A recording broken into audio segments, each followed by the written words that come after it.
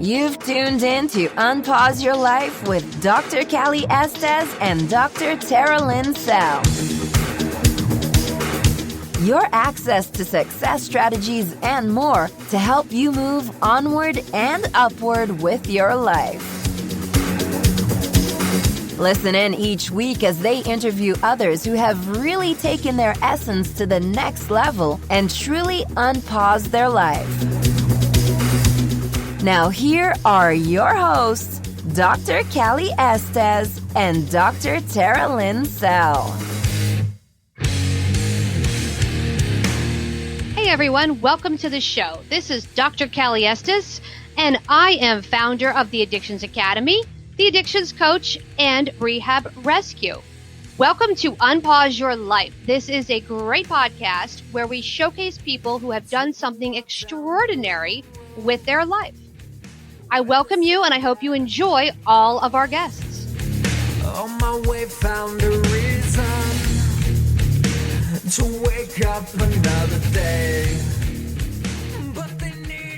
You are listening to Unpause Your Life with Dr. Callie Estes of the Addictions Coach and the Addictions Academy, and my lovely Squatting in the Shower co-host. This is Dr. Tara Lynn from drtaralynn.com. You're never going to let me live that down. It's always a blast on this show, man. Always something funny. Even better, my guest today, you know him, is that sober guy, Shane Raymer. And I'm excited to have him on. I've been on his podcast, had a blast. So let's talk about Shane today. Shane Raymer is the creator and host of thatsoberguy.com and Sober Guy Radio. He's also created, produced, and hosts a corporate podcast for a California Fortune 500 company. In September 2013, after a long battle with addiction, Shane checked himself into a 30-day rehab facility and has remained clean and sober ever since. Congratulations. Welcome to our show. It's awesome to be here. I really appreciate the opportunity to come on and chat with you today. And I'm really excited to dig into squats and deadlifts in the shower. I'm ready to go. Deadlifts in the shower. How does one do deadlifts in the shower? So you both just work out in the shower. This is lovely. Making the best use of time, you know. Efficiency is key. It really is an opportunity, and I thank you guys for having me on today. I'm always looking forward to chat and talk about recovery, so thank you. Awesome. Well, let's get right into it. Give us your story and how you got into this and why you started That Sober Guy. What interest you had in radio? Were you in radio before, or is this something new? Kind of give us a little bit about you. Yeah, no, sure. I was born in Vallejo, California. Pretty much grew up in Solano County. I'm in Vacaville now, which is in Northern California. It's East Bay area, right in between Sacramento and San Francisco. My parents had me at a very young age. They were kids themselves. And back in the 80s, there was a lot of alcohol and cocaine and all kinds of good stuff going around. And I think somewhere along the line, my father kind of got mixed up in a lot of that. So I had a pretty unpredictable upbringing. A lot of love, no doubt there that both my parents loved myself and my sister very much, but a lot of unpredictable nights. Cops showing up at the door often, and I was pretty crazy at times. And, you know, there were the occasional vacations and camping trips, and we had some good times too. So I tried to focus on the positive today and understand that where I came from and my past has really made me who I am today. And that helped get me out of the victim mentality, I think. And I really didn't start to learn that about myself until I got sober. My sobriety date is September 11th, 2013. I went into treatment at Azure Acres in Sebastopol, California. And that was really the big turning point for me in my life. And the way that, you know, I've had so many blessings. I have a beautiful wife. We've known each other since the 6th grade. We're going on 10 years, married this month, actually, in just a couple of weeks. And I have 2 kids, Cash and Lucy. And so a lot to be grateful for, a lot to be thankful for. And it really does start with me waking up every day, just being grateful for, number one, waking up, and then number 2, for my sobriety and for my family. Awesome. What is That Sober Guy? It literally started, and actually you did ask kind of how I got into it too. I'm a musician, so I had this big aspiration growing up that I was going to be in the music business. And so I did a lot of shows and recorded a lot of music. I had, you know, play guitar, sing, write, all that good stuff. And along with that came drugs and alcohol, kind of trying to live that lifestyle that I thought was just the way you're supposed to do it. And so when I got sober, it changed a lot of things for me. And it also made it hard for me to write music anymore. Just a lot had changed. And I really associated it with getting high. And about 6 months out of treatment, I was really looking for something that I could still do with media. And I love talking. I still love writing. And I literally sat up in bed one night. I said, to my wife, I said, I'm going to start a podcast. And she kind of looked at me like I was crazy because I just started listening to podcasts at the time. I didn't know, kind of what the ins and outs are of it. And this was in April of 2014, I think. And so that's kind of how the idea was birthed. And basically I was just going to talk about my own recovery, my own experience, what I was going through, and share my story with the hopes that, number one, it would help keep me sober and it would be something that I enjoy to do. And cool, if it helps some other people out there, even better. So that's kind of where it started. And it's really just kind of taken on a life of its own from there. That's pretty cool. So what made you want to get into counseling? Because I see now you're going to start doing that, because that's the complete opposite of music. I get the opportunity to talk to so many different people in recovery. And, we're just starting to do some live shows with the live podcast. We have a live show actually coming up September 7th at the Phoenix Theater in Petaluma up in Northern California. And, the opportunities to meet different people and talk to different people we've done a lot of conferences and just the podcast. And I'm constantly talking about recovery and I'm constantly involved with it. And I figured that, it's always been a passion of mine to help people and serve and just really learn too.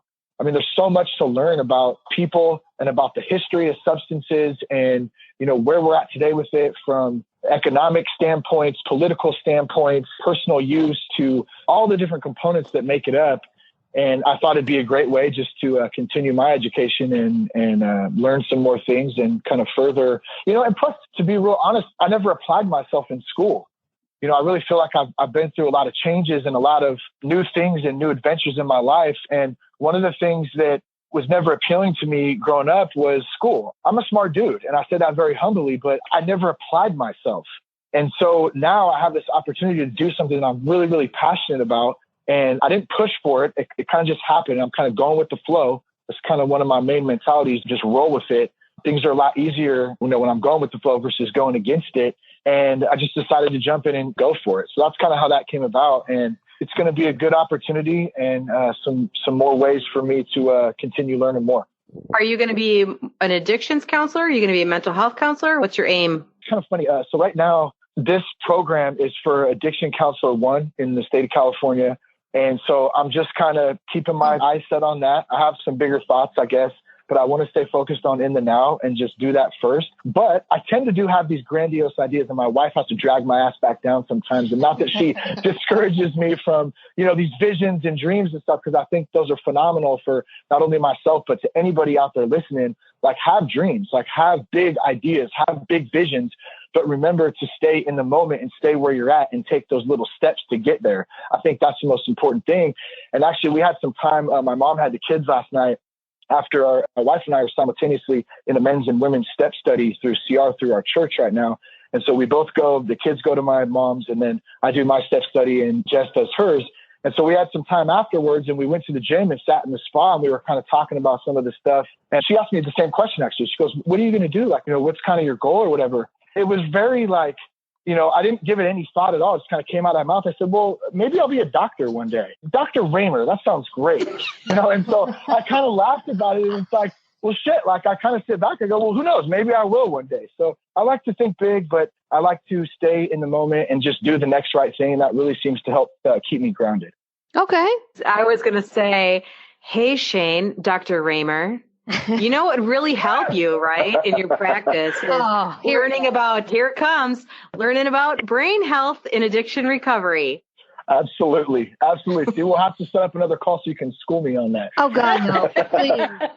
Every podcast. Yeah. Let's talk about the brain.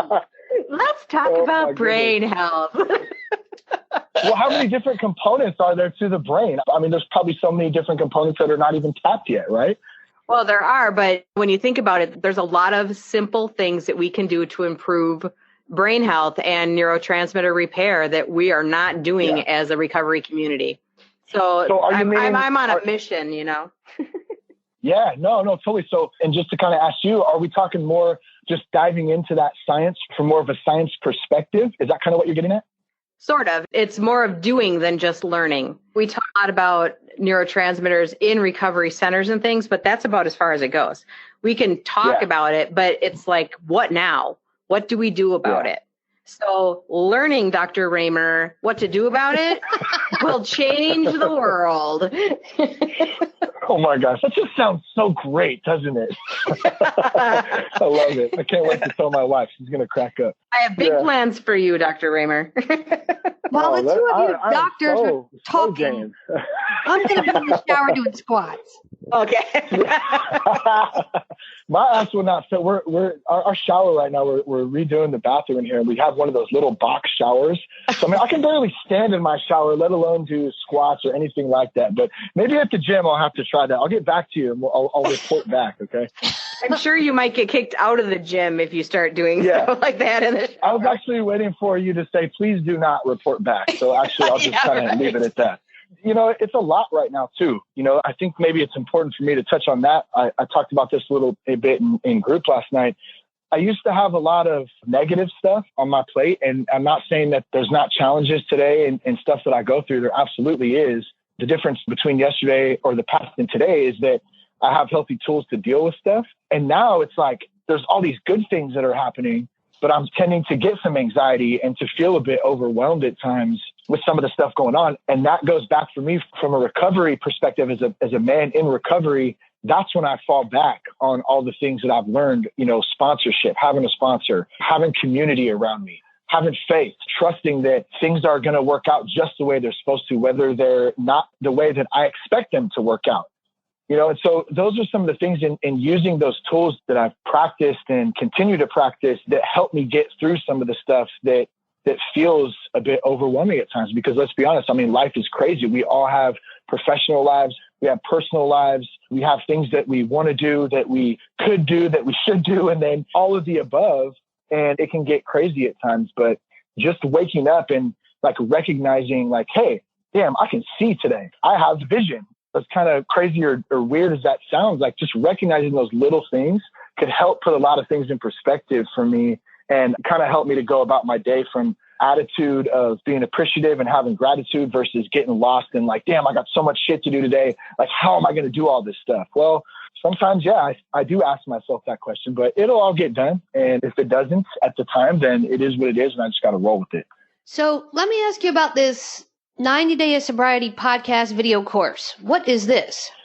Yes, I had some thoughts about creating some content for folks who could help them in early recovery. When I got out of treatment, when I got out of rehab, like the first 30 days, the first 90 days, even really the first 6 months were really, really confusing for me. I told this story on the podcast a few times, but I mean, I'm a NorCal dude, so I'm board shorts, flip-flops, you know, I love punk rock, tattoos. That's just kind of been me. And like, at the same time, I love old country. I love Johnny Cash. I love Merle Haggard.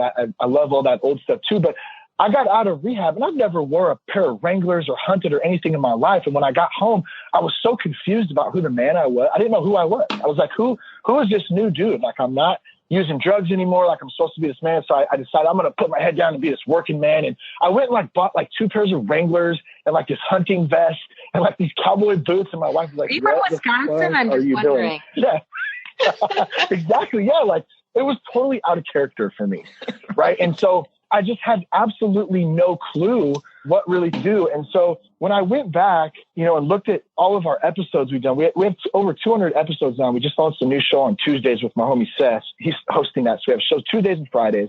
But I went back and I looked at all the episodes, and the number one downloaded episode, and we've had some phenomenal guests, Callie, yourself included. And out of every guest, though, the one episode that had the most downloads was how to navigate the first 30 days of sobriety. And it was an episode that Seth and I did. And so I kind of had this like almost light bulb moment, like, man, I know that was a huge struggle for me. And so it sounds to me like there's a lot of other people who are struggling with that too.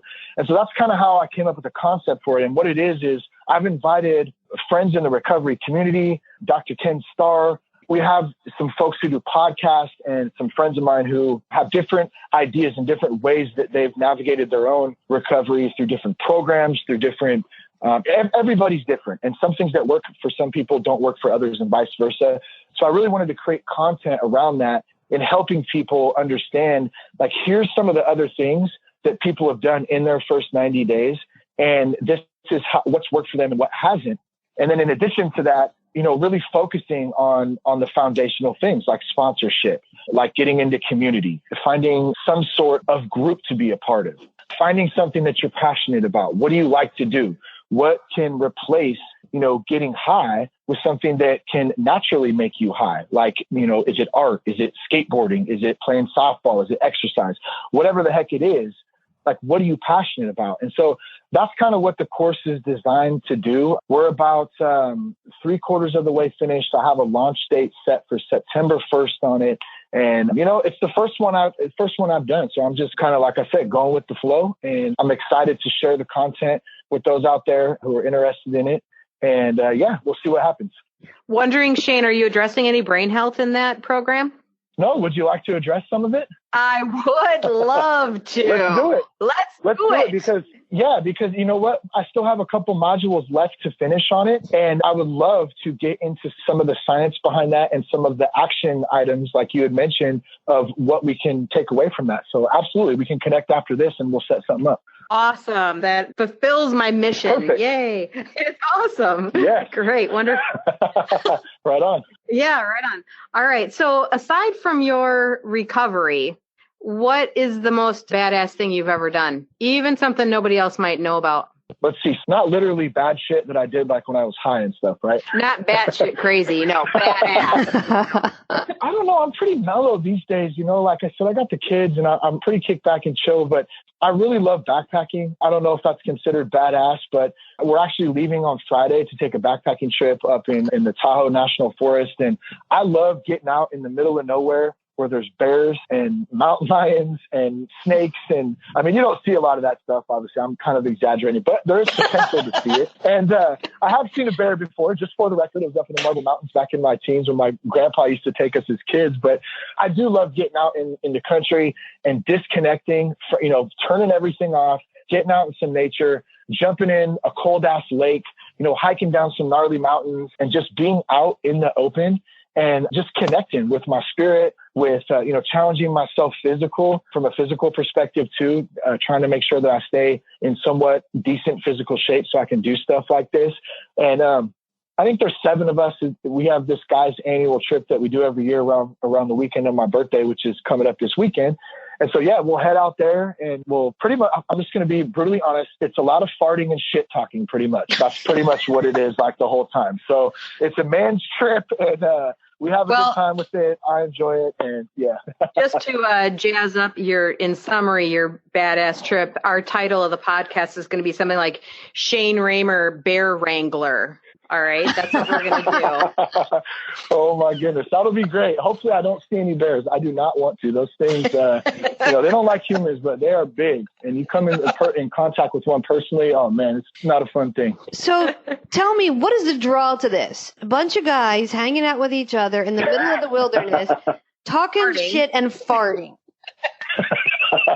Your guess is as good as mine. My wife asked me the same thing. She goes, I just don't get it. Like, you pack up a bunch of shit and you take it out to the middle of nowhere and you set it all up again. And I don't know, there's something about getting out there.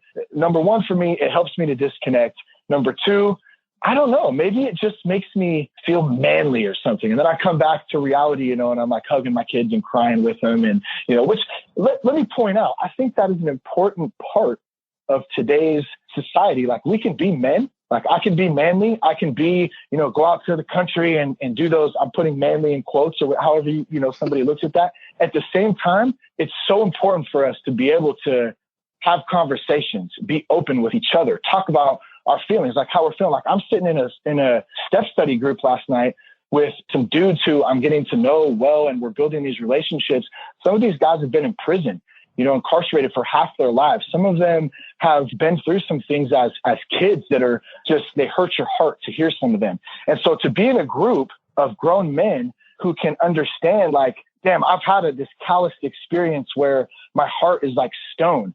And now I'm learning about myself to where I can open up. That's really what makes me passionate about even going back to wanting to become an addiction counselor and to do the work that I do and to do the podcast and even to go back out and sit in nature and fart and tell jokes all day. You know what I mean? Like, I want to encompass all that stuff together. And my real goal is to next summer plan a backpacking trip for the CR group. So I'd love to get the guys together that are in recovery and do like a recovery style trip. I know there's a lot of outfits that do that out there, and I've been thinking about that for a while. So just another crazy ass idea that I'm going to shoot to my wife, and she's going to go, how the hell are you going to do all this stuff? But I don't know. We'll see. You're going to do it with brain support. And you're going to Yes, you are. That's right.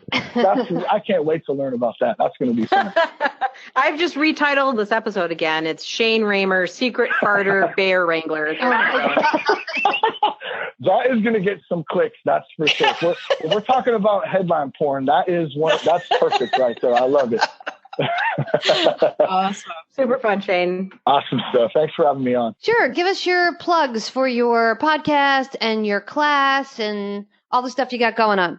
Yes, you can pretty much find everything at www.thatsoberguy.com. You can go up there and you can sign up for emails. I usually send an email out with the show. And then if there's any updates, like we're going to start doing some live shows, like I mentioned, in September 7th in Petaluma.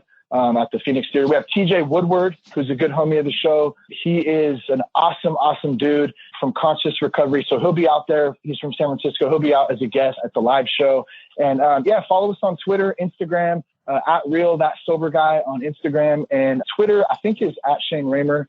But I don't do Facebook anymore. I deleted that shit. I'm probably never going to jump back on it again. But yeah, all the info is on thatsoberguy.com. And thank you so much again for having me on. And I think it's awesome what you guys are doing, what you ladies are doing. I say that sometimes. I say, you guys, but I was, you ladies. How about you doctors?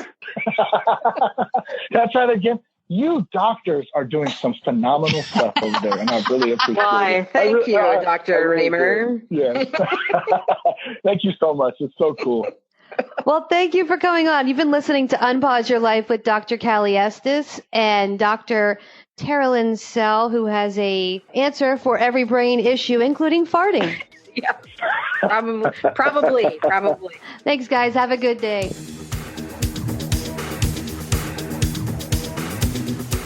Hey, everyone. Thanks again for listening. I really hope you enjoyed the show today. Head on over to iTunes and Apple Podcasts and leave a comment or review of what you think. Or contact us at 1-800-706-0318. If you want to be on our show, feel free to email or call. And if you have a topic, feel free to email or call as well. Thanks for listening to Unpause Your Life. For show notes and more, head on over to unpauseyourlife.com.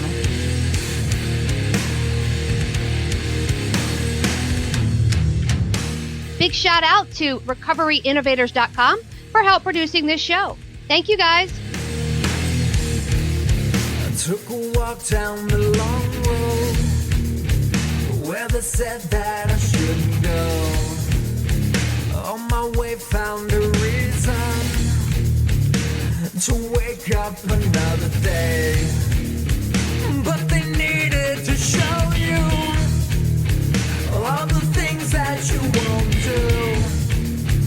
Find faith or religion, but nothing to show for it.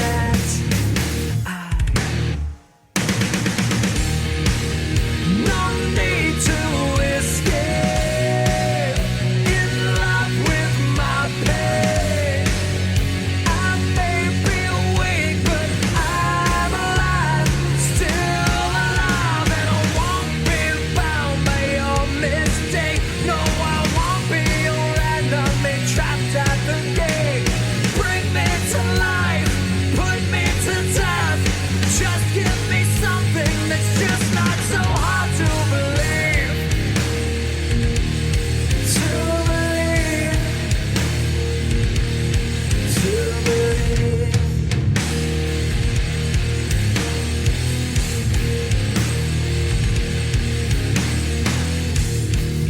I took a walk down the dark road where they said that I shouldn't go.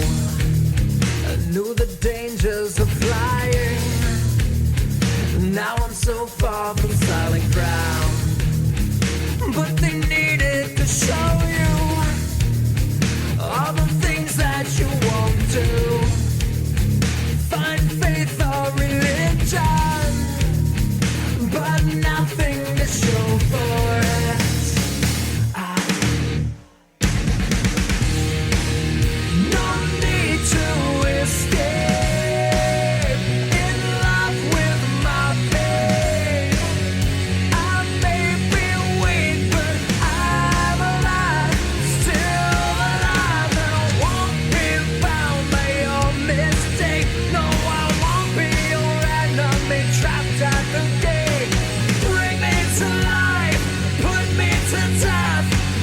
give